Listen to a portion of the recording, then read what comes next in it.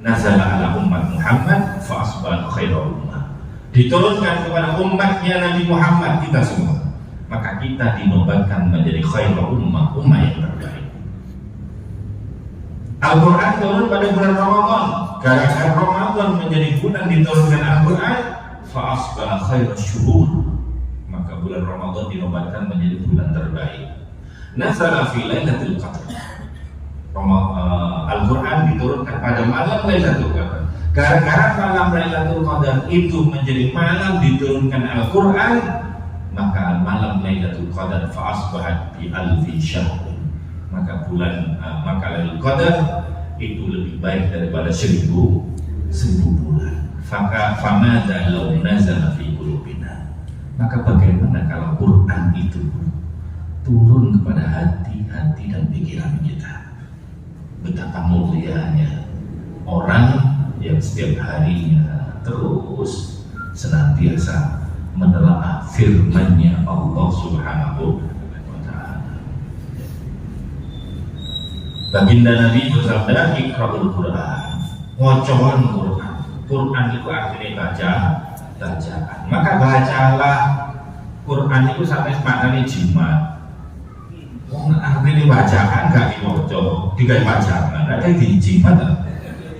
Ono wong niku duwe mushaf Quran niku didalek kemari. Lek kate Ramadan ngono dijogo. Lho bledoke sak senti. Niku jenenge jimat. Niku ora diwaca malah disimpen tok. Dibaca. Iqra'ul Quran, wacana Al-Quran, fa innahu ya'ti yaumal qiyamah syafi'an li ashabi. Karena nanti di hari kiamat Quran itu akan menolong kepada orang-orang yang membacanya. Akan menolong, syafi'an, memberi pertolongan. Tiang itu terdakwa. Misalnya ada di persidangan, apa kasus korupsi, kasus ini, itu dan seterusnya. Biar dia terbebas dari penjara, biar terbebas dari hukuman berat, maka dia harus menyewa pengacara, betul, supaya terjamin kebebasannya, nggak dihukum. Nyewa pengacara sing paling top TOP BBT, kayak siapa namanya, Hotman Paris, satu kali urusan 2 miliar, masya Allah. Kepingin bebas dari penjara, nyewa pengacara terbaik, bahkan termahal kalau supaya bisa bebas dari penjara. Bagaimana kalau ada orang dia mau dimasukkan ke neraka, mau nyewa pengacara mana kira-kira bisa membebaskan dari neraka? Yang bisa menjadi pengacara terbaik adalah Al-Quran. Maka baca Al-Quran. Sama gak usah ngetok duit 2 miliar. Maka Quran sukarela akan menjadi pengacara terbaik panjenengan semua nanti di pengadilan Allah Subhanahu wa ta'ala. Perawi kami pun muliakan Allah Subhanahu wa ta'ala. Di dalam riwayat At-Tabrani, ini sayangnya ada pergeserannya. Hadis riwayat Tabrani, setelah Kanjeng Nabi wafat, tiang ini biasanya maca Quran, selalu karo Quran. Gak pernah pakai Quran, mulai menjaga Al-Quran. Melihat akan hal ini, maka kemudian Abu Hurairah radhiyallahu ta'ala annahu marra bi suqil Madinah, ya. Dia kemudian datang ke pasar Madinah, fa waqafa 'alaiha, beliau berdiri di pasar, faqala ya ahlas suq, wong pasar, ngerti enggak sampean ini? Ada apa Abu Hurairah? Itu sekarang ada pembagian warisannya Kanjeng Nabi. Kenapa kalian di sini? Kenapa kalian nggak berebut? Kalian nggak mengambil bagian-bagian kalian? Mereka bertanya, "Qalu wa aina huwa?" Emangnya di mana ada pembagian warisan Kanjeng Nabi? Fil masjid, di masjid. Oh, lari ke Masjid Nabawi. Lari. Begitu dia masjid fakharaju sira'an ila masjid. Mereka semua keluar dari pasar menuju masjid. Waqafa Abu Hurairah lahu hatta raja'u. Abu Hurairah tetap aja berdiri Begitu orang ke masjid tidak lama balik lagi ke pasar. Melebu naik masjid kan suwe betul nih balik lagi ke pasar. Ketemu Abu Hurairah. Abu Hurairah tanya, "Mana kamu? Kok balik?" Kata Abu Hurairah, "Kenapa kamu balik?" Ya Abu Hurairah, "Faqad ataina al-masjid fadakhalna."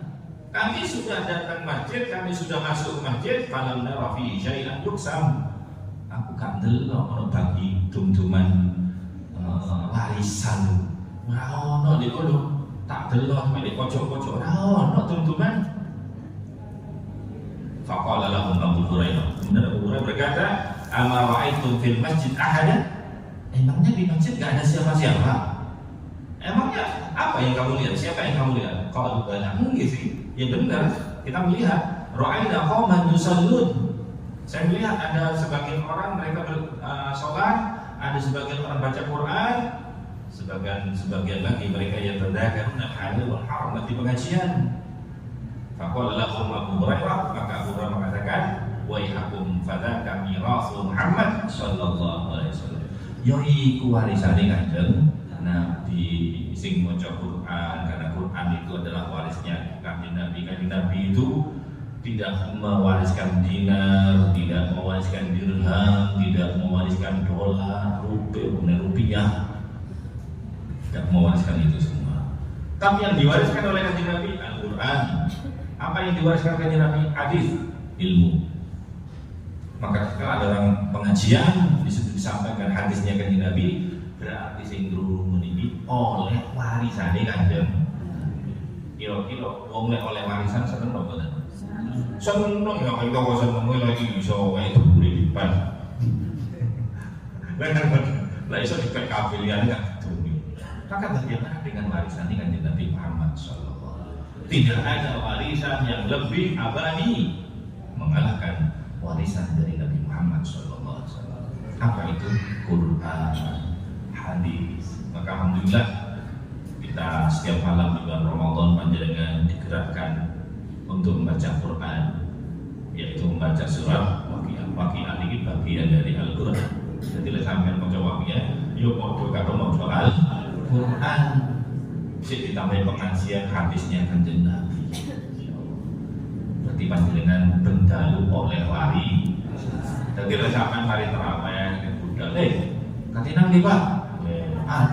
Katanya juga warisan, ada jum-juman, boleh warisan.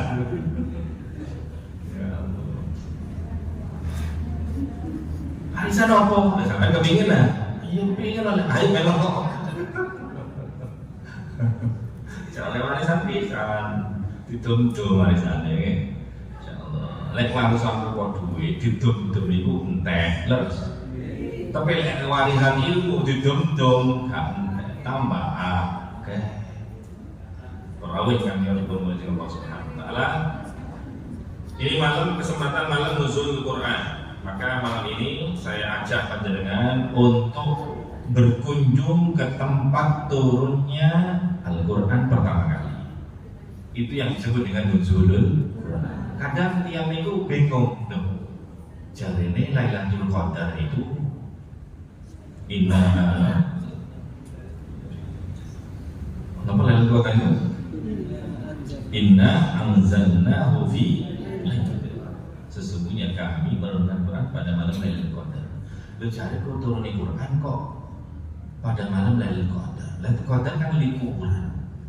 Tapi peringatan turunnya Quran kok 17. Nuzul Quran turunnya Quran. Lailatul Qadar turunnya Quran. Terus disimpan dari ngeten Quran itu turun dua tahap. Tahap pertama dari tempat namanya Lauh Mahfuz turun ke langit namanya Samaud Dunia. Niki langsung telung juz. Niku jenenge Lailatul Qadar. Dari Samaud Dunia turun ke bumi, turun kepada Kanjeng Nabi sedikit-sedikit dengan sistem kredit. Kalau tadi cash belum jus, nah begitu dari langit ke bumi itu baru di kredit berapa tahun? 22 tahun atau 23 tahun. kreditnya 23 tahun. Nah, pertama kali launchingnya itu pertama kali turun, itu sih diperingati sebagai nuzulul Quran. Paham ya? Gak bingung bisa mana nuzul Quran, mana Lailatul Qadar. Kalau Lailatul Qadar kita nggak tahu tempatnya di mana, di langit, namanya sama di dunia. Cuma kalau nggak boleh gambar kan teman. Sing ono mawon ya, yaitu pas nuzul Quran. Tatkala kita berasal dari Indonesia, maka kita harus menempuh jarak yang sangat-sangat jauh, sekitar 10 jam perjalanan pesawat. Nah, anggap panjenengan saat ini badhe numpak pesawat ini, pesawatnya pun siap. Kita akan naik. Nah, ini pesawatnya sudah terbang sekarang. Begitu terbang, panjenengan delok nang ngisor, itu ketok cilik, atas ngeten iki cilik. Dan kemudian di layar-layar monitor di pesawat itu biasanya ada peta-peta. Ini dia tempat atau lokasi turunnya Al-Quran pertama. Ini ada Ka'bah. Jadi kalau ada Ka'bah di sini, maknanya adalah pekuburan di Mekah. Kemudian di utaranya ini ada Jabal Nur. Di Jabal Nur itu ada gua, namanya Gua Hira. Disitulah tempat turunnya pertama kali Al-Quran. Dari Ka'bah, dari Masjidil Haram ke Jabal Nur ini kurang lebih 7 km utara Masjidil Haram. Utara, berarti kalau dikira Masjidil Haram, berarti di Gondang Legi kurang lebih. Ini ada Jabal Nurnya di situ, hitung kilo. Nah, ini kalau rutenya, kalau pakai jalan darat seperti ini.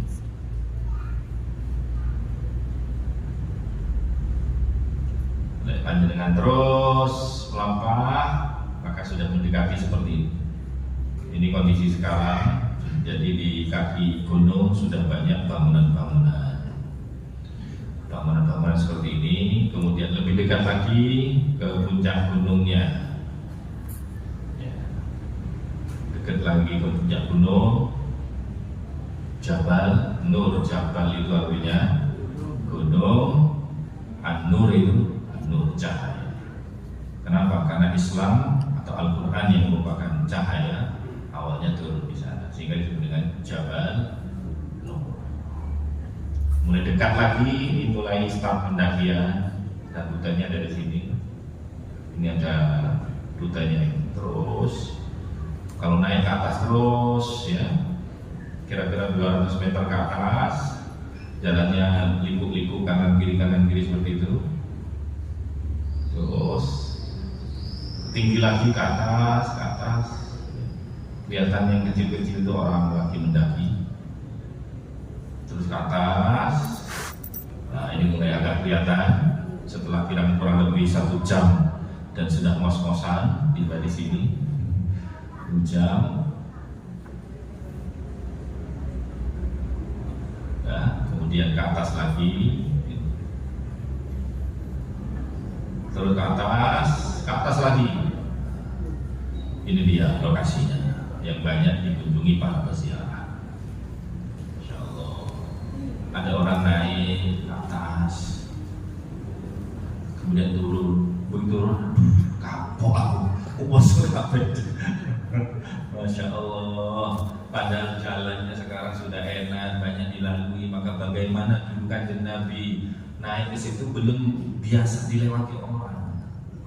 Si guru ngono undah-undah kita ini, undah-undah kok. Asroh, asroh nih, samatan. Masya Allah.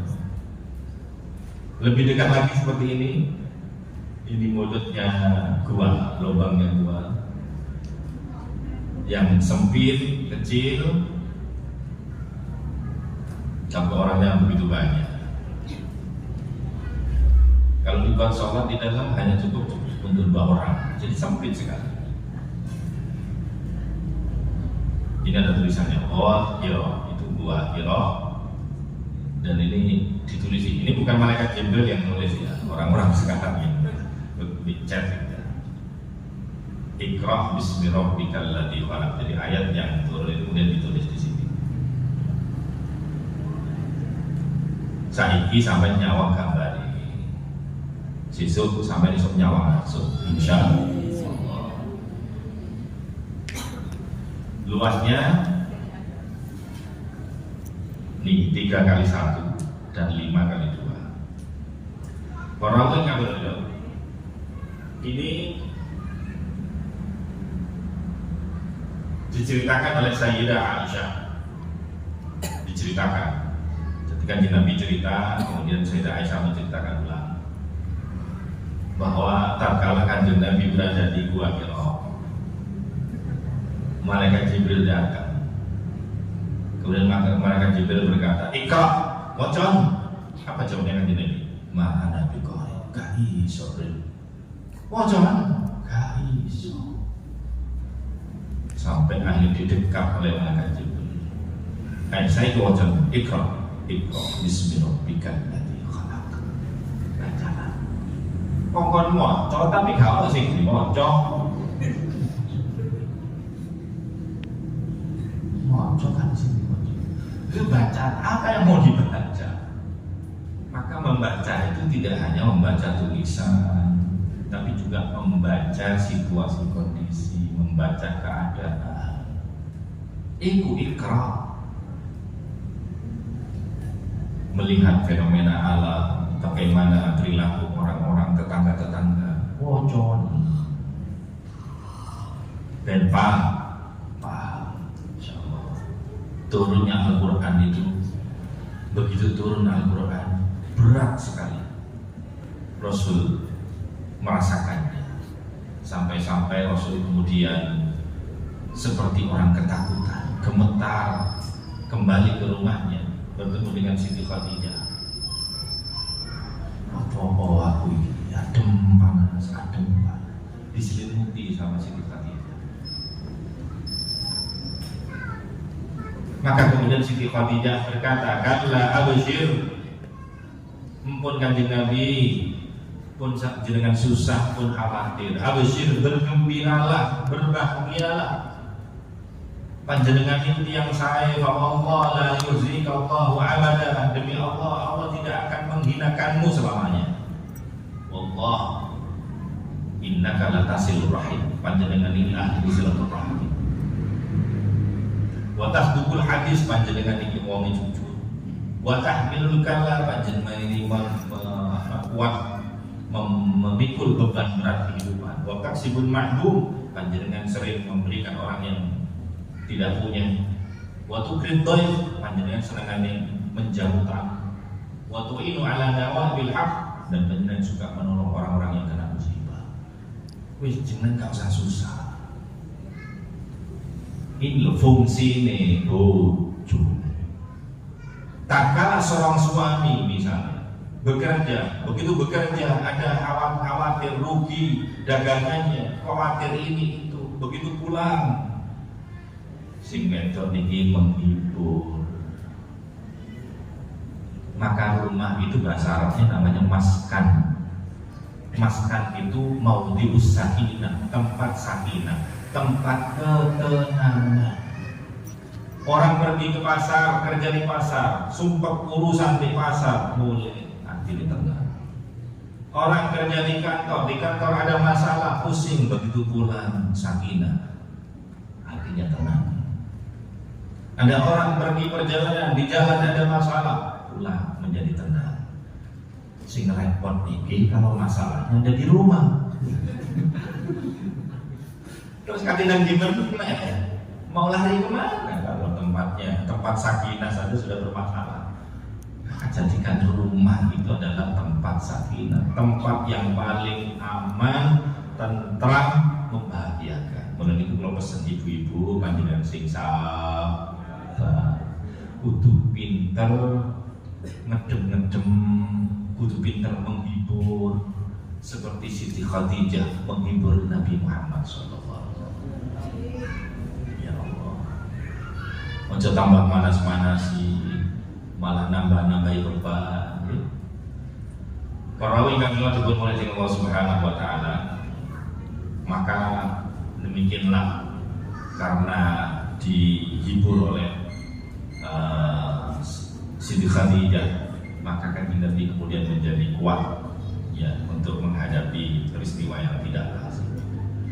Para ingkang kula, ternyata urusan Kanjeng Nabi Muhammad SAW tidak hanya ada di dalam Al-Quran yang kita peringati nuzul Qurannya, bukan hanya ada di kitab-kitab samawi yang dikatakan samawi, bahkan di kitabnya orang Hindu ini ternyata sudah dikabarkan juga tentang Kanjeng Nabi. Ada seorang profesor namanya Wahid Barkash, profesor dari Allahabad University India, pendeta besar kaum Brahmana dalam buku Kalki Avtar, jadi kitab sucinya ya, petunjuk Maha. Ternyata di situ Nabi Muhammad SAW disebut sebagai sosok yang dinanti-nantikan dalam kitab suci agama Hindu, yaitu Weda. Karena ciri-ciri Kalki Avtar sama persis dengan Rasulullah SAW. Di antaranya ciri-cirinya ya, manusia agung itu dilahirkan di jazirah. Bapaknya, nah kalau di dalam Hindu, di dalam kitab Veda disebut dengan Wisnu Bhagat. Ibunya namanya Sumanem. Ya, bukan Sumenep ya. Nah itu bahasa Sanskerta. Wisnu Bhagat, Wisnu itu artinya Tuhan, berarti Allah. Bahkan itu artinya hamba. Kalau di bahasa Arab Abdullah. Sementara Sumanem itu, Sumanem bahasa Sanskerta. Sumanem itu artinya amanah, aman, bahasa Arabnya Aminah. Ternyata ada di kitab orang Hindu. Dan ternyata orang Hindu itu sebetulnya di dalam kitabnya sendiri itu Tuhan itu tidak bisa diwujudkan, bukan berupa patung, bukan berupa poster gambar, nggak ada di dalam kitab suci. Jadi patung-patung itu bid'ah. Sehingga pernah ditanya kepada pendetanya orang Hindu itu, biksu, kenapa orang Hindu, orang Buddha itu kok nyembah patung? Padahal di kitab suci sendiri, di Vedanya itu gak ada Tuhan itu berbentuk patung, gak ada. Kenapa? Kata biksunya gini, orang itu kalau masih awam katanya, bingung memahami Tuhan, dia tidak bisa menalar sesuatu yang abstrak.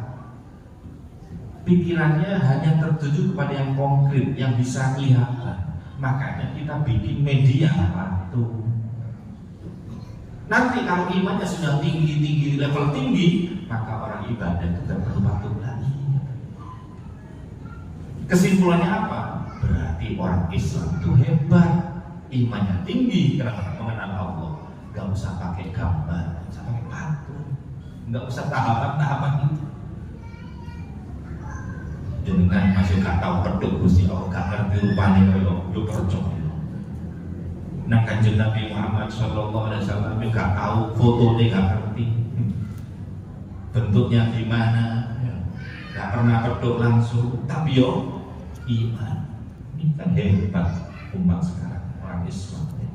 Dan seperti agama yang lain yang masih butuh gambaran, butuh patung dan seterusnya. Para yang sudah diperbolehkan oleh Allah Subhanahu wa taala. Maka orang itu harus belajar. Kanjeng Nabi saja suruh baca awalnya nggak bisa. Ikut mana Nabi kok? Aku gak iso. Jangan gak iso. Jangan. Baru ketiga kalinya bisa. Artinya apa? Opo itu awalnya mesti gak iso. Tapi kalau Anda terus belajar, akhir tadi iso. Ojo perkara sing angel. Perkara sing gampang. Numpak sepeda pancal. Gak kabeh wong iso. Saya pernah datang ke pernah silaturahmi ke daerah Nongko Jaja, datang ke rumah, kemudian tantang bapaknya kan mungkin stasiun masjid untuk gimana? Loh, jadi ditunggu lama, nggak datang. Lepas masjid tidak budi, kira kita bisa ngomong. Kok kata lupa apa? Malah bah. Loh kan dia sepeda motor kayak gini, betul sakit sepeda motor. Loh sepeda panjang, betul sakit. Masya Allah. Jadi orang besok, gak iso sepeda panjang. Sungguh membagongkan. Dan ini katakan, kenapa sampai itu nggak bisa? Ya kan tidak pernah belajar. Kau moro-moro lain procok mau coba bagi nggak belajar. Maka kita tiap hari belajar dan kita diwajibkan untuk belajar. Sampai kapan? Thalabul ilmi minal mahdi ilallah. Ya sampai mati. Selagi boleh untuk terus belajar, update ilmu pengetahuan, utamanya ilmu agama Islam. Saya pernah ditanya oleh seorang dokter, ada dokter, lanjutnya kalau sakit kan bertemu dengan dokter. Dokter ini ada 3 macam. Ono dokter sepuh, terus praktek bertahun-tahun, belasan tahun. Ono dokter sing sedang-sedang, ono dokter sing anyar. Sama milih sing pundi? Milih sing sama, jawaban saya begitu. Milih sing sepuh. Nggih, mboten sae. Kenapa? Katanya dokternya ilmu kedokteran itu terus update. Jadi lesing tua niku, ilmunya wis ketinggalan zaman. Ilmunya wis gak cocok karo sing saiki. Karena terus berkembang. Bahkan cara mendiagnosa alat yang dipakai itu terus lebih canggih. Nah, sing sepuh-sepuh mek ngobati ngono gak ngikuti perkembangan, kalah karo sing tasan. Cuma kalau yang baru, guru ngono pengalaman. Terus sing apik sing tengah-tengah ini. Ilmu dari si update dapat, tak pikirin benar juga. Maka sama panjenengan beragama Islam. Kok gak pernah melok pengajian, berarti gak pernah update sampean. Ilmu ini ketinggalan sama. Maka terus harus thalabul ilmi minal mahdi ilallah sampai masuk yang ya Allah. Ada ulama dulu kemana-mana bawa pulpen, bawa tinta. Karena kalau dia mendengarkan ada majelis pengajian mesti ditulis. Padahal dia orang yang ahli. Kemudian ditanya, panjenengan ini ila mata tahmilul mihbar, sampai kapan sampai bawa tinta? Betul Bapak, kalau ini pulpen. Dia mengatakan ahmilu al-mihbar ilal maqbar. Aku akan membawa pena ini sekarang sampai mati, sampai ke kuburan tak bohong. Artinya mau belajar ini sampai mana? Gak ada alasan buat kenapa ada pengajian. Itu justru untuk ini perlu diupdate di rumah. Ya Allah. Pertama kali diperbolehkan dengan Allah Subhanahu Wa Taala. Ini tentang Gua Hira. Ya, Gua Hira surat pertama turun adalah surat Al-Alaq. Urutannya adalah nomor 96. Yang kemudian surat yang artinya gua adalah atau surat Kahfi itu urutan suratnya adalah ke-18.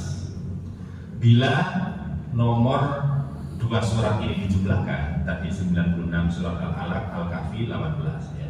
Surat pertama akhir turun Al-Alaq, kemudian turunnya di Kahfi, di gua surat Kahfi. 96 tambah 18 sama dengan 100. 118 ini adalah jumlah seluruh surat yang ada di dalam Al-Quran. Pun diramsi tadi. Ini hitung-hitungan udah akhir matuk. Ya Allah, para rawuh ingkang dipun dening Allah Subhanahu wa taala. Karena hiburan dari seorang istri yang salihah, Siti Khadijah bintu Khuwailid, maka baginda Nabi Muhammad sallallahu alaihi wasallam tenang. Fazam manuhu hatta dhahaba anhu. Kanjeng Nabi yang gemetaran, suruh tidur, selimuti, sampai kemudian merasa takut dan gemetarnya kemudian hilang dari kanjeng Nabi Muhammad sallallahu alaihi wasallam. Itu adalah peran istri, lagi peran istri. Maka istri yang seperti ini kemudian meninggal, kanjeng Nabi susah. Sampai tahun itu kemudian disebut dengan amul huzni, tahun kesedihan. Ditambah lagi pamannya beliau yang menjadi backingannya dakwah meninggal, menjadi amul huzni. Tapi susah mau terus-terusan. Kanjeng Nabi ditinggal wafat oleh Siti Khadijah itu tanggal 10 atau 11. Palingnya Siti Khadijah kan 11 Ramadan. Ya, 10 atau 11 Ramadan. Di tahun 10 kanjeng Nabi jadi nabi. Kanjeng Nabi nikah lagi lama. Di akhir Ramadan tahun 10 kenabian. Berarti berapa jaraknya antara wafat sama nikah? Yang terakhir tadi itu nggak disebutkan tanggalnya. Akhir Ramadan tahun yang sama. Kalau memang itu tanggal 30 sih, berarti kurang lebih ada 20 hari. Jadi udah sampean kok dari budo sampai ulang tahun itu sombong. Nggak nabi yo. Kanjeng Nabi disebut dengan amul huzni, nggak lama-lama susah sedih ya. Perawi yang Allah diberikan di Allah Subhanahu wa taala pun yang terakhir, ini terakhir ada petuah yang disampaikan oleh jadi Waraqah bin Naufal. Waraqah bin Naufal ini adalah orang yang menelaah kitab-kitab suci zaman dahulu. Kemudian tatkala disampaikan oleh Siti Khadijah mengenai kabarnya kanjeng Nabi, justru Waraqah ini menguatkan bahwa itulah ciri-ciri Nabi akhir zaman yang akan diutus oleh Allah Subhanahu wa taala. Maka banyak ahli agama-agama lain, kalau dia mau jujur, mereka akan percaya kepada Nabi Muhammad SAW, bahkan percaya kepada ajaran agama Islam. Maka mudah-mudahan Al-Quran menjadi sumber kebahagiaan kita, karena Al-Quran itu adalah tempatnya sakinah. Tidaklah satu kaum membaca Al-Quran kecuali Allah menurunkan sakinah, ketenangan. Dan itu kita buktikan setiap malam. Yang mau Quran tenang, mau coba lagi tenang, saya kita kok tenang ini, Masya Allah. Wah, diutang kan urus, Masya Allah. Tenang sudah datang. Gak perlu boleh musik sugi-sugi di mereka, Masya Allah. Kepingin tenang kok panggil, tak koneng diskotik, masih perlu minuman keras, ekstasi macam-macam. Sampai kapan? Belum pun beri, mau coba ya, Masya Allah. Ini sudah ditompo nih sekarang kali, oke? Ya Allah, buka-buka kelawan harokai mau swakian, dalu, gitu ini ya Allah. Mungkin panjenengan rezeki ini tambah lancar. Rezeki ini ganti rezeki sing halal, tur barokah, sing dadosaken putra putri panjenengan soleh-soleha, keluargane sakinah mawaddah warahmah. Muga-muga mental Ramadan di hari raya Idul Fitri kita semua mendapatkan ampunan dari Allah Subhanahu. Di kemarin kan saya mengatakan kau belum tersalah di bulan aku dan adalah Allah wa iyyakum ajma'in wa lakum minkum. Assalamualaikum warahmatullahi wabarakatuh. Monggo sholat hajat.